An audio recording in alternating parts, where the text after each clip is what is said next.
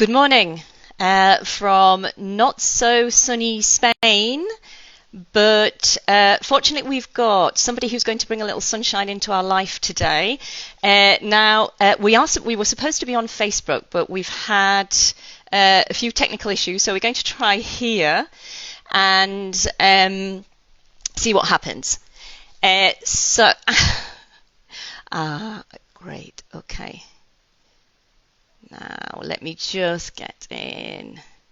Okay, so for anybody who doesn't know me, my name is Lisa. I'm an English teacher and a neuro language coach. And hey, it worked! Oh, we've had a terrible time trying to get you here, but you're here at last. I am. That's the most important thing. Hiya, man. Great to see you here. Okay, so I was just saying, Marusya, I hope my pronunciation of your name is terrible. I know. I do apologize. Don't worry. So I was just introducing myself, and then we'll introduce you. So yes, I was just saying I'm a neurolanguage coach as well as an English teacher, and part of neurolanguage coaching is a big part is understanding our brain and how it likes to learn, and understanding ourselves so that we're able to manage and control our to manage our emotions and our feelings so that we can learn more efficiently. So this is how I found you, Marusya. Because and I have to refer to my notes because you have a long list of things that you do.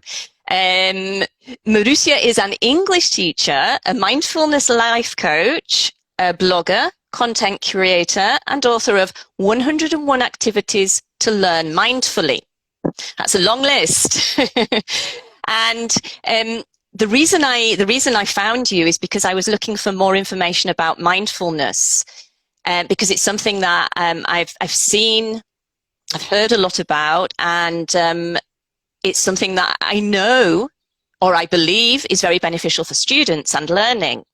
So I decided to turn to the experts to find out more, and you kindly agreed to come. Thank you. So Marusya, could you just first begin by perhaps telling us how you ended up being a mindfulness life coach? But first I would like to say how mindfulness came into my life. When I moved to Folkestone 6 years ago, I had already left my dream job working as an English teacher in a big language school in Eastbourne. And I absolutely loved it, but my husband was offered his dream job here in Folkestone as a radio presenter and radio programmer.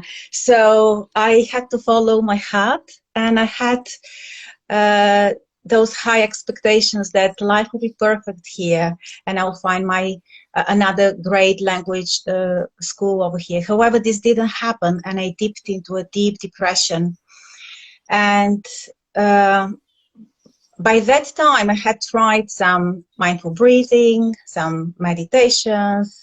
I had read lots of books, but I hadn't actually used it in my life. I hadn't utilized those tools fully. And then I decided to give it a try.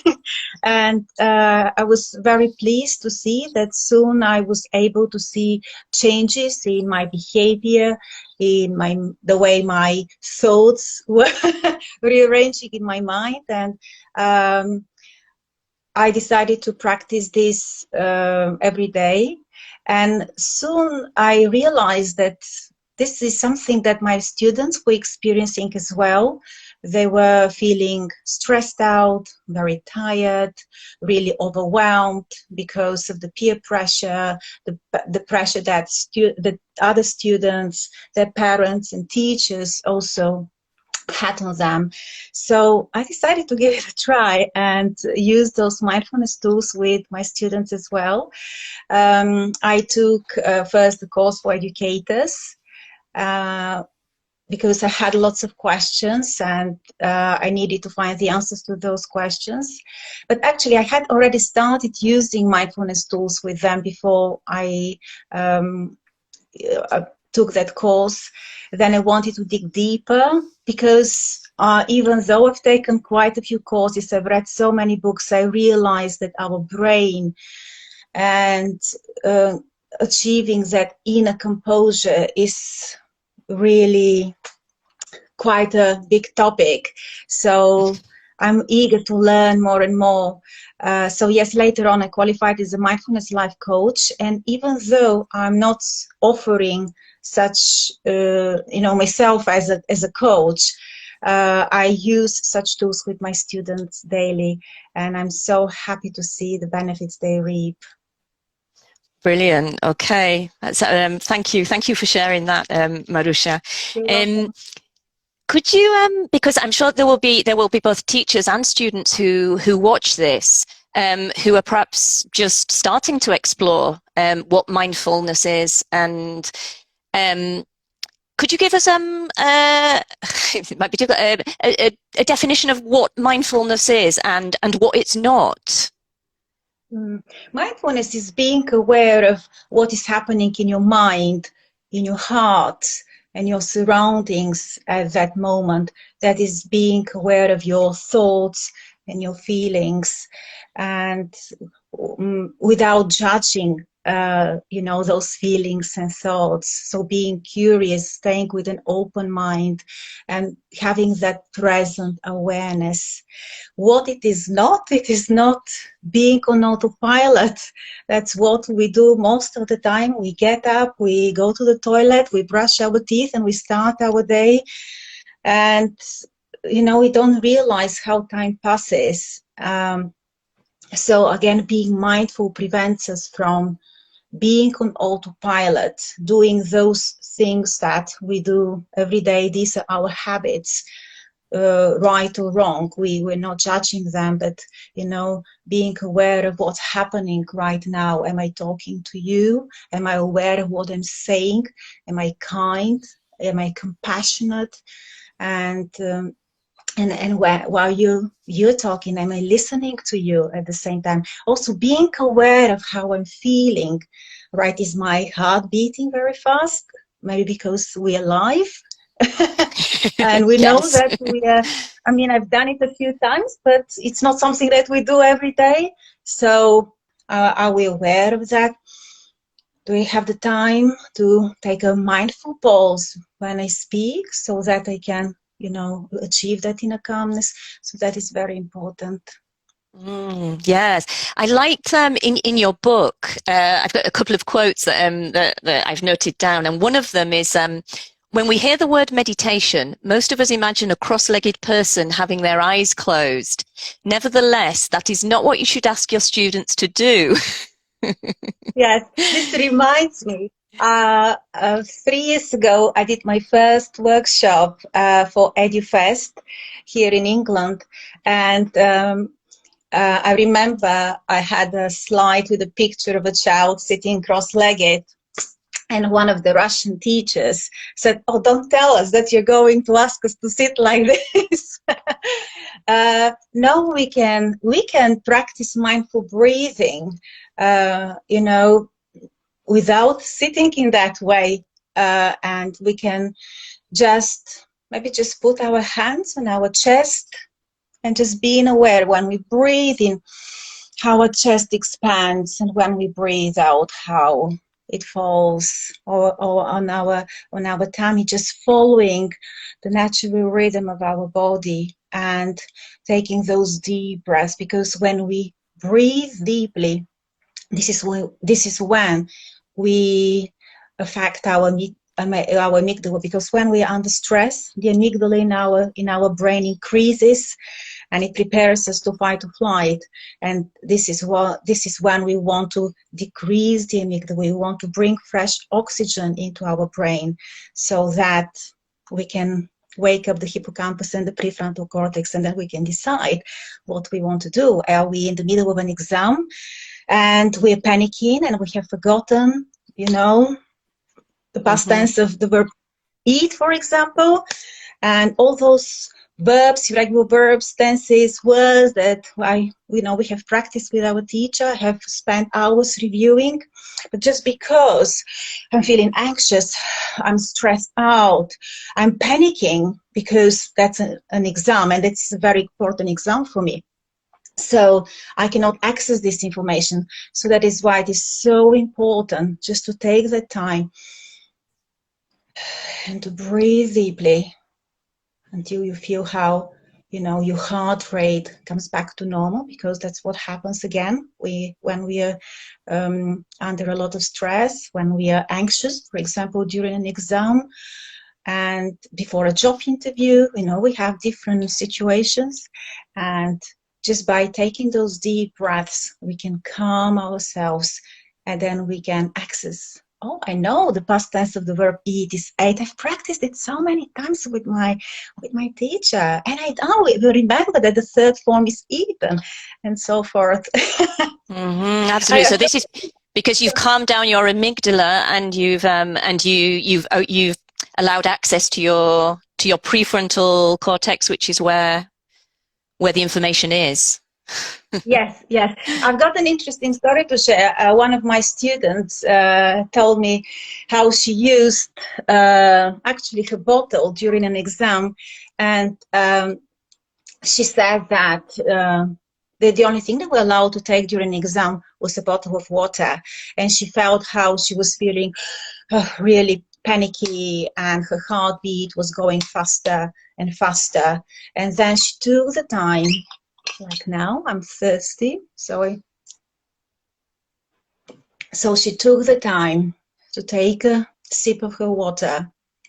And then when she was taking that sip, she also took the chance to take a deep breath, and imagining how she used actually the power of visualization, imagining how her muscles were relaxing, and so that she could compose herself. She also remembered that we had done an object meditation. This is when you take an object that you have just next to you, for example, my bottle, and you can see, how it feels in your hands, what is the color of the bottle, is it smooth, is it rough? And again, it's a wonderful way to just bring yourself into the present instead of being here in your busy mind. You drop your awareness into the present moment. Mm-hmm. Yeah. Very good, very good. Wow, it sounds brilliant. I know that in your book you talk about the benefits. I mean, you give us lots of practical ideas and activities. I mean, you've just given us a couple of examples there, which we'll have a look at some more in a little bit later. But could you? I mean, you've got a list of benefits. Could you tell us a few more of the benefits for students when they're learning? Yes, but when our students' mind is calm, this is when they can focus, and this is when they can remember.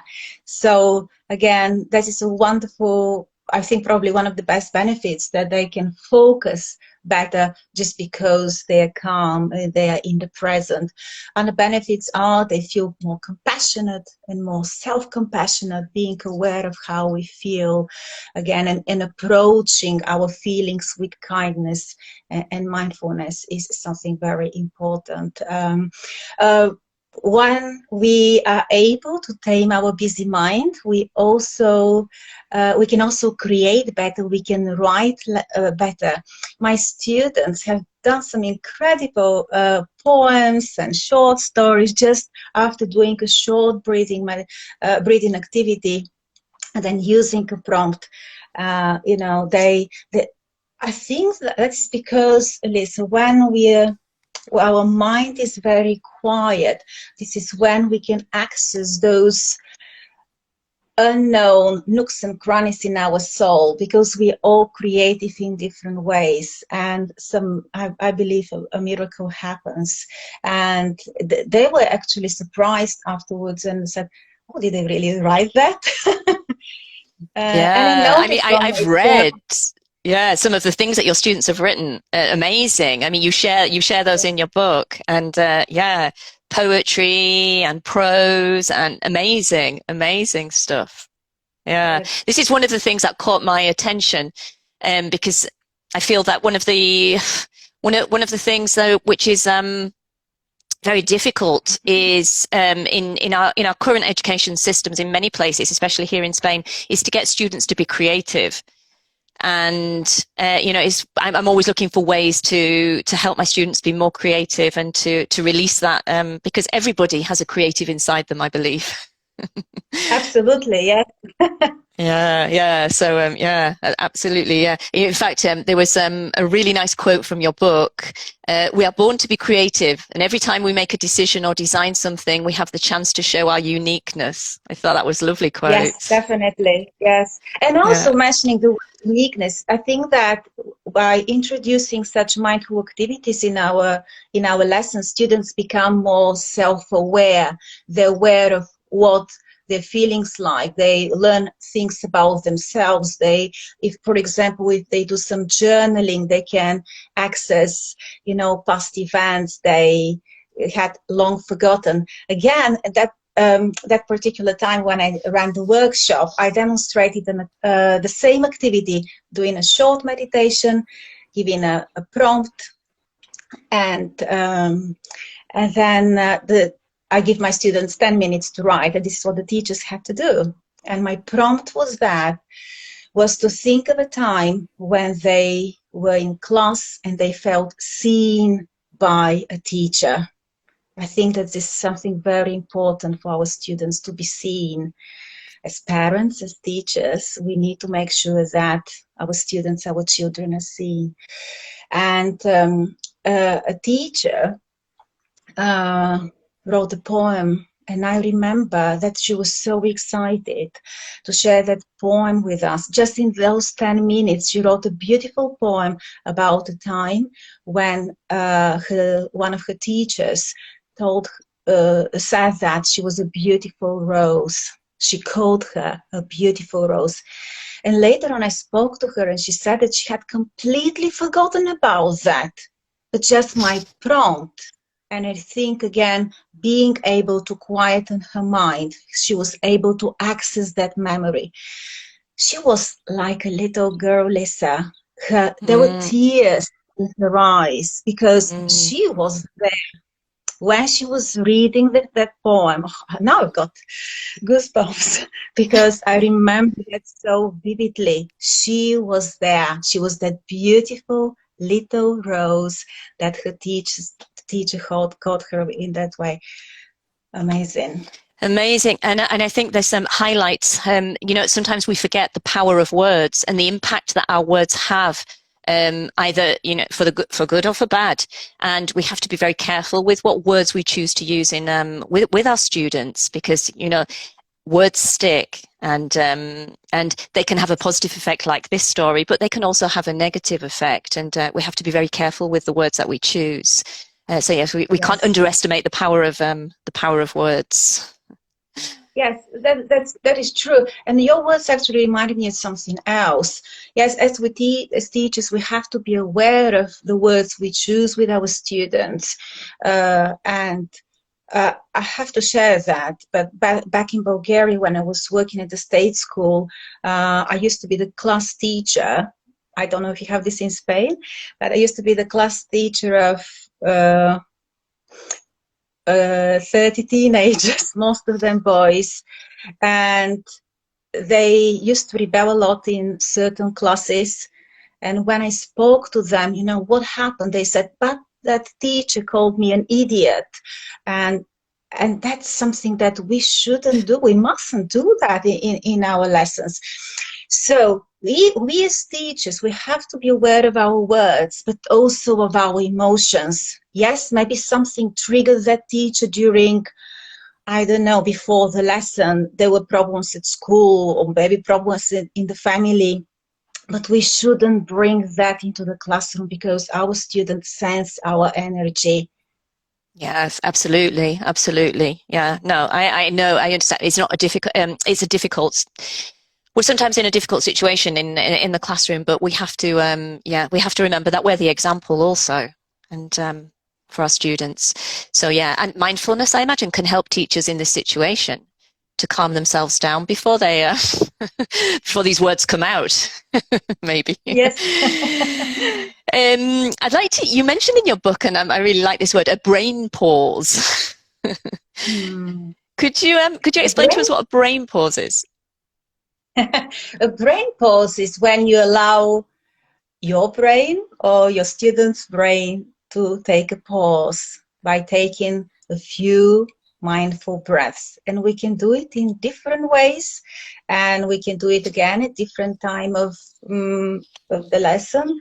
It could be at the beginning of the lesson when we notice maybe later on that our students are maybe too tired, distracted, maybe it's a hot June day and the sun is shining through the window and you can see they're feeling sleepy.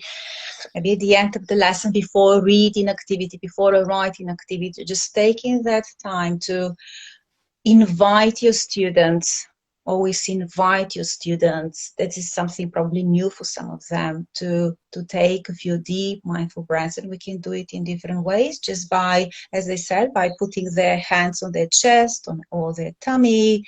We can do the lotus meditation, which I have shared numerous occasions. This is when you imagine that your hand is a beautiful lotus flower, and you take a deep breath and imagine how the flower opens, and then you breathe out, the flower closes. And again, you do it a few times, and they don't need to close their eyes.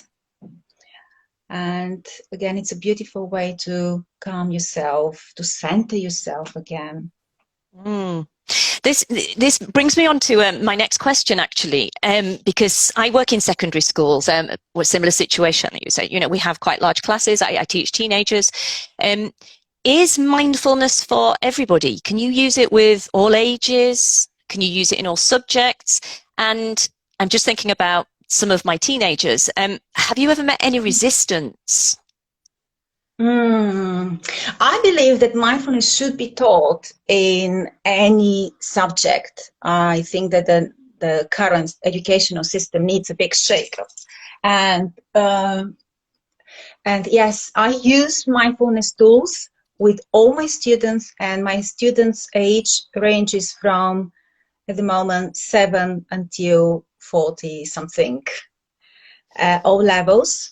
Yes, I'm an English teacher, but again, a chemistry, a biology teacher. I know that PE teachers use mindfulness tools like breathing, for example. I mean, this is what a chemistry teacher can do. So at the beginning of the lesson, let's do some breathing, and so that they, the students can ground themselves. So maybe they had a very intense chemistry lesson before that. So it's important, I think, to have that brain pause, to make the switch between the subjects, and also to bring them into that classroom, the English classroom, the biology classroom, and continue with what we will be practicing, teaching, etc. Any resistance? No, to be honest with you, I haven't met any resistance. As far as teenagers go, I think that they're extremely open. My students have been extremely open, especially after I teach them what happens in our brain and why it is so important for us to breathe.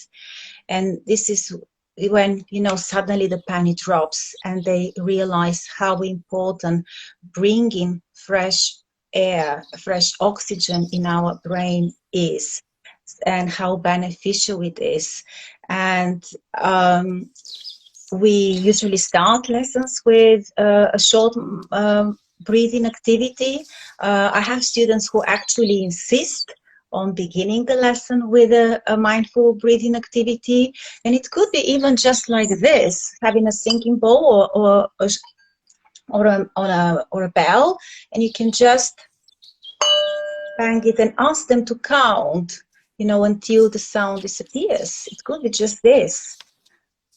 And so it's not necessarily elaborate activities. It's just something which is can take a few seconds. Yes. But it brings them back and grounds them and focused, yes. ready for the lesson and to continue.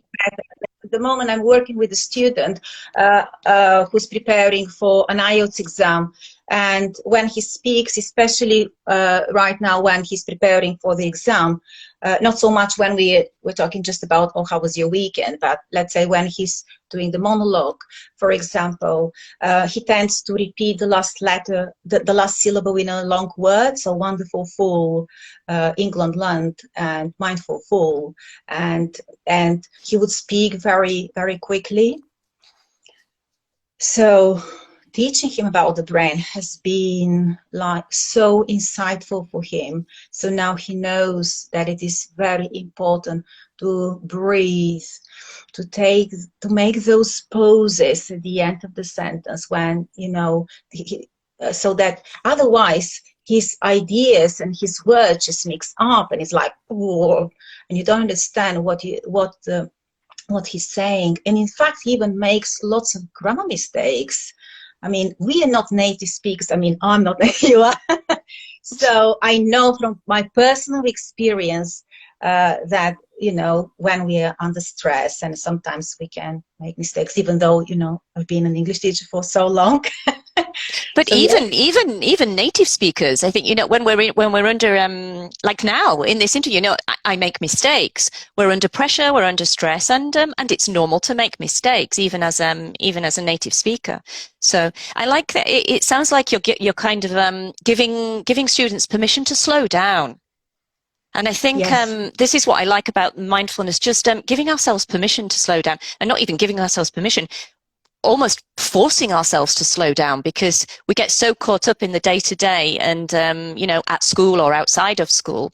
You know, I'm actually I was interested in bringing you here, not just for my professional life as a teacher, but also for my general well-being, because it's something that, you know, I would like to, and I've tried to incorporate into my life. But, you know, is difficult when you're starting out, which actually brings me, I'm conscious that we don't have too much longer, which brings me to a question I'd like. If there are any teachers who are listening to this, or students who are listening to this, who would like to try out mindfulness, what would you say is the first step?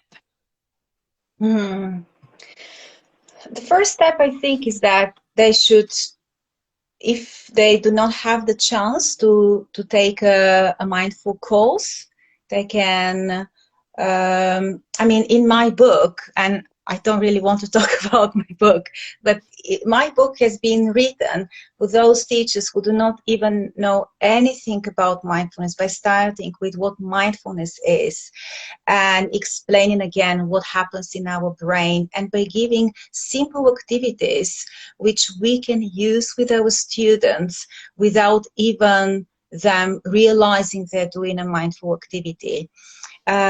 So yes, being maybe finding some information about what mindfulness is, and also be brave to experiment. At the beginning, I was a little bit nervous, but now I have no concerns. And even when I have new students, I'm extremely brave, because I know that all my students enjoy such activities. Some of my students' favorite activities are the visualizations that I create, and you may be aware of them, but a visualization is something similar to a meditation, but when you take the listener on like a guided tour. What I tend to do is I decide where I would like to take my students, and so far I've got themed visualizations on about the 4 seasons, but also visualization about being in nature, which is extremely calming and provokes the students to create. So when I decide where I'm taking them, for example, into Wonderland, I pick that vocabulary which I would like to pre-teach. So we practice the vocabulary. We obviously pre-teach the vocabulary and practice it. So I build a whole lesson plan that the students, that is really beneficial for the students in so many different ways. They learn, they remember easily, they're in the present, they become very creative, they feel extremely relaxed. And again, as we mentioned early on, they're able to to access those creative juices. Mm. And for me, they're extremely powerful. Yes, extremely powerful. Yeah.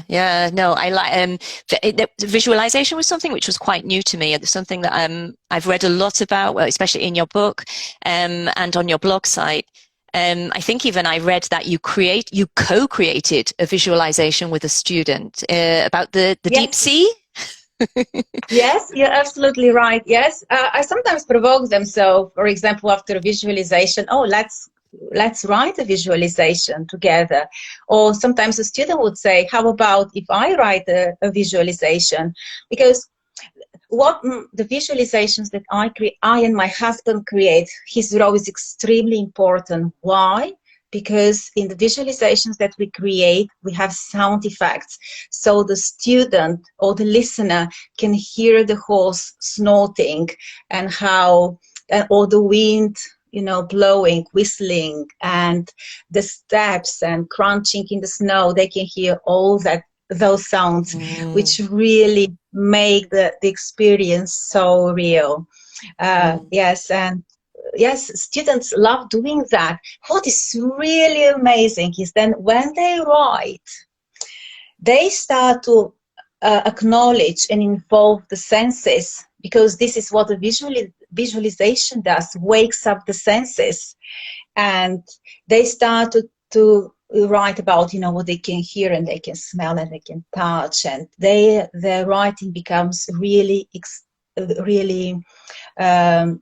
descriptive and sensory. It's so interesting that I have a student and we often practice giving a speech. And I remember a while ago, I don't remember what the speech was about, but he said in the middle of the speech, so now I would like you to visualize yourself somewhere. And it was just, I was like, and it was so powerful, because I knew that he had already seen the power of visualizing. And obviously, when he creates those speeches, I tell him to imagine that that's not me there, that's his audience or his university tutors, depending on what the topic is. So he is aware of the power of the visualization, and he believes that this will be a powerful effect in his speech. And it's just beautiful. Wow, that's fantastic. That's fantastic. I like that the word believe. He believes. When you start to believe that you can and you do, then when you've got self-belief, your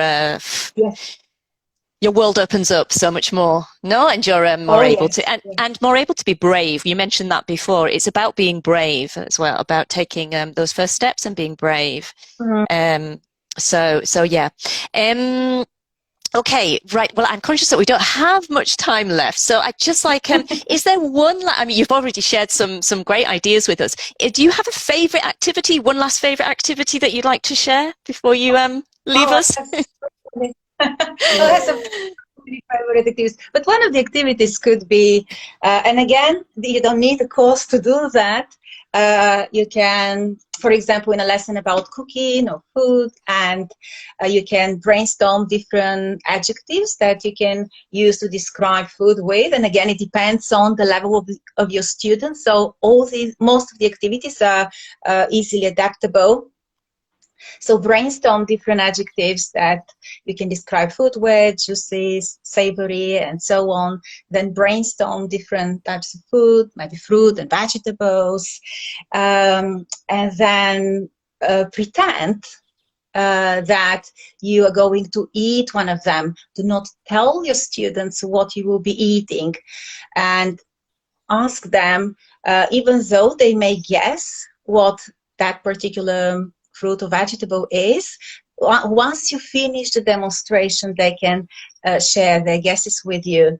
So imagine picking that orange, for example. Obviously, you do not tell them, and describe how it feels. So use the senses, the power of the senses.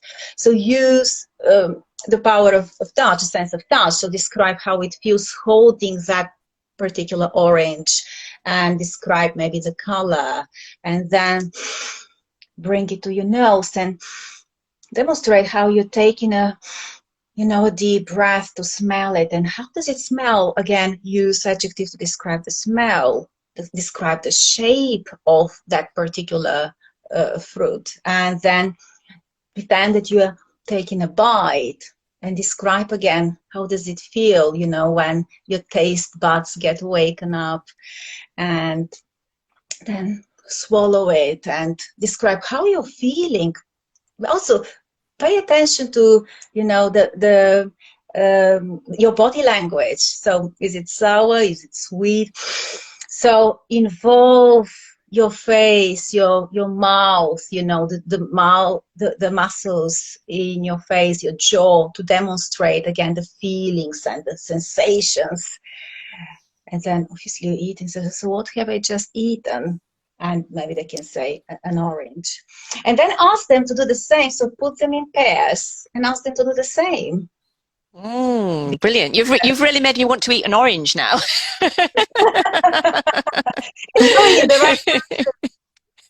Yeah, I actually have an orange tree in my garden, so but they're not ready yet. Oh, that's brilliant. Thank you so much for that. Okay, then finally, before we say goodbye, I'm sure there'll be some people who, after watching this, would love to connect with you and find out more. So could you tell us where they can do that? They can visit my website, inspirationalenglish.co.uk. They can visit my blog there, where I have shared lots of my articles, ideas, lesson plans, lots of free lesson plans there. There is a special page called My Visualizations, where they can find again what the visualization is like, why it is good for our students. There is a link which can take them to a lesson plan that they can see. Also, I share my meditations and visualizations on SoundCloud, where I'm Inspirational English, on the meditation app, Inside Timer, again, as Marusya Price, my name. And they're free to use those meditations and visualizations in their everyday life, just to calm themselves, or with the students. But please feel the experiment on Instagram as Inspirational English _, LinkedIn Inspirational English, Facebook Inspirational English. You're everywhere. Just start Inspirational English, and there I'll be happy to connect with teachers who are curious to find out how, or students who will who want to find out how mindfulness can help them learn better. I'm just in the middle of writing, by the way, an article, because in the summer I started elocution classes. I want to work on my accent. So mindfulness is really helping me as well. So now I am the student. So I'm writing now an article about how mindfulness is helping me as well. Hey, that's really interesting, because I think pronunciation is something that a lot of students struggle with. It's one of the things that they want to work on the most. And if mindfulness can help, then yeah, they should definitely connect with you and find out more about that. I'm going to do the same. Maybe it can help my Spanish accent. And I'll be able to roll my R's finally and say your name correctly. Oh, well, that's brilliant. Thank you so much. Thank you so much for taking the time to come. I really appreciate it. I know there's a lot of people that wanted to come who couldn't because of the time. So I'm going to put this up on, well, obviously we were meant to be on Facebook, but I'll put this recording on Instagram and hopefully on Facebook too. And people who wanted to come then can listen in when they get a chance. So thank you very much. Yes, no, brilliant. Such a thank you. Talking to you, sharing my experience. I do believe, I was so passionate that mindfulness should be used in our personal life, in our work. It doesn't matter what our job is. It is so important to feel calm, to to experience that inner peace, because when we are calm, this is when we can focus better, we can take better decisions, we can be kind, we can be compassionate, we can be happier, because we talked about benefits earlier on as well. We feel happier just because we are calmer, and our mind is not busy, we're not into the past, we're not into the present, we're not ruminating, we're not regretting, because our present Yeah. now is beautiful. You are at home in sunny Spain. I'm in sunny Folkestone, about to start lessons. So, It's not so sunny, Marusya, I have to say. isn't It's a little it? bit rainy today, but yes, no, we be grateful for what we have, and I have my orange tree outside, so yes. It's an invitation for Oh, you now to enjoy an orange. yes, absolutely, absolutely. Well, thank you very much again, and I'm sure we'll connect in the future sometime, and Yes, I'm sure thank you people are so going to love much. this. Okay, bye Thank you. Have bye. a beautiful day. Bye. You too. Bye bye. Bye.